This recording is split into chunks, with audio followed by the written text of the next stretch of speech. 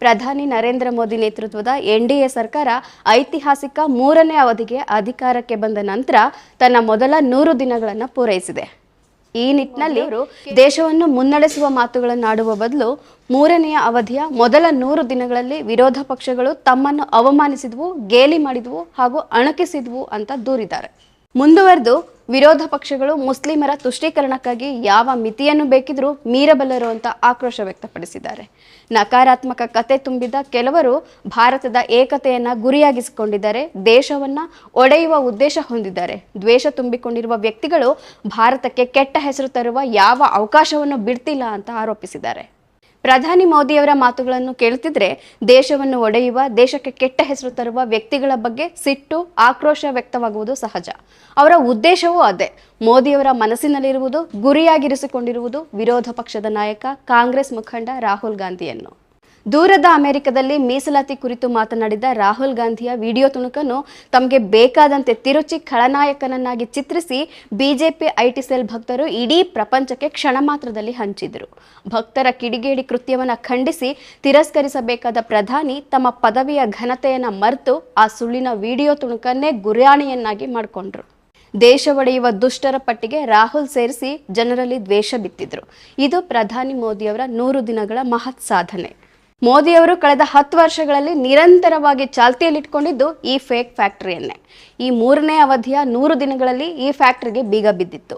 100ನೇ ದಿನವಾಗುತ್ತಿದ್ದಂತೆ ಮತ್ತೆ ಚಾಲ್ತಿಗೆ ಬಂದಿದೆ. 3ನೇ ಅವಧಿಗೆ ಪ್ರಧಾನಿಯಾದ ಮೋದಿಯವರಲ್ಲಿ ಕೊಂಚ ಮಾಗಿದ ನಡೆ ಕಾಣತೊಡಗಿತ್ತು. ದೇಶದ ಪ್ರಜ್ಞಾವಂತ ಮತದಾರರು ಪ್ರಜಾಪ್ರಭುತ್ವದ ಪಾಠ ಕಲಿಸಿದ್ದು ಅವರ ನಡೆ ಮತ್ತು ನುಡಿಯಲ್ಲಿ ಕಾಣ್ತಿತ್ತು. ಮೋದಿಯವರ ಅಕ್ಕಪಕ್ಕ ಮಿತ್ರ ಪಕ್ಷಗಳ ಇಕ್ಕಳ ಇರುವಂತೆ ನೋಡಿಕೊಂಡಿದ್ದು ಆಡಳಿತದಲ್ಲಿ ಬದಲಾವಣೆ ಬರಬಹುದೆಂಬ ನಿರೀಕ್ಷೆ ಹುಟ್ಟಿಸಿತ್ತು. ದೇಶದ ಜನಕ್ಕೆ ಈ 3ನೇ ಅವಧಿಯಲ್ಲಾದರೂ ದೇಶ ಬದಲಾಗಬಹುದೆಂಬ ಆಸೆ ಇತ್ತು.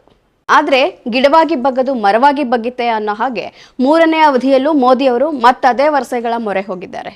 ಬಹುಮತವಿದೆ ಎಂಬ ಭಂಡ ಧೈರ್ಯದಲ್ಲಿ ಹಲವಾರು ಕಾಯ್ದೆ ಕಾನೂನುಗಳನ್ನು ಜಾರಿಗೆ ತರಲು ತವಕಿಸಿದ್ರು. ಆದರೆ ಮಿತ್ರ ಪಕ್ಷಗಳೇ ಅಪಸ್ವರ ಎತ್ತಿದಾಗ ಹಿಂತೆಗೆದುಕೊಂಡು ಅವಮಾನಕ್ಕೊಳಗಾದರು.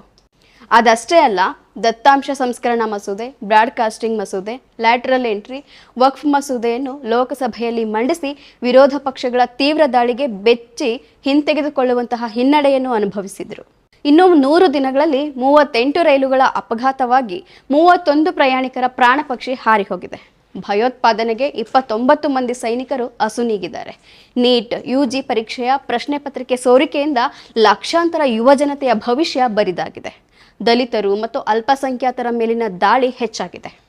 ಮಹಿಳೆಯರ ಮೇಲಿನ ದೌರ್ಜನ್ಯ ಮಿತಿ ಮೀರಿದೆ. ಅತ್ಯಾಚಾರಗಳು ಅತಿಯಾಗಿವೆ. ನಿರುದ್ಯೋಗ, ಹಣದುಬ್ಬರ, ಬೆಲೆ ಏರಿಕೆ ನಿಯಂತ್ರಣಕ್ಕೆ ಸಿಗದಂತಾಗಿದೆ. ಡೀಸೆಲ್, ಪೆಟ್ರೋಲ್, ಗ್ಯಾಸ್ ಬೆಲೆ ಗಗನಕ್ಕೇರಿದೆ.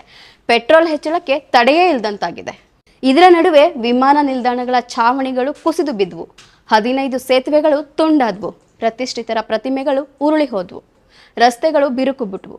ಸುರಂಗ ಮಾರ್ಗ ಕುಸಿಯಿತು. ಇದಲ್ಲದೆ ಮಣಿಪುರ ಮತ್ತೆ ಹತ್ತಿ ಉರಿಯಿತು. ಪ್ರಧಾನಿ ಮೋದಿಯಿಂದ ಉತ್ತರವೂ ಇಲ್ಲ, ಪರಿಹಾರವೂ ಇಲ್ಲ. ಆದರೆ ವೈಫಲ್ಯಗಳನ್ನು ಮುಚ್ಕೊಳ್ಳೋಕೆ ವಿರೋಧ ಪಕ್ಷಗಳು ತಮ್ಮನ್ನು ಅವಮಾನಿಸಿದ್ವು, ಗೇಲಿ ಮಾಡಿದ್ವು, ಅಣಕಿಸಿದ್ವು ಅಂತ ದೂರುವುದನ್ನು ಬಿಡಲಿಲ್ಲ.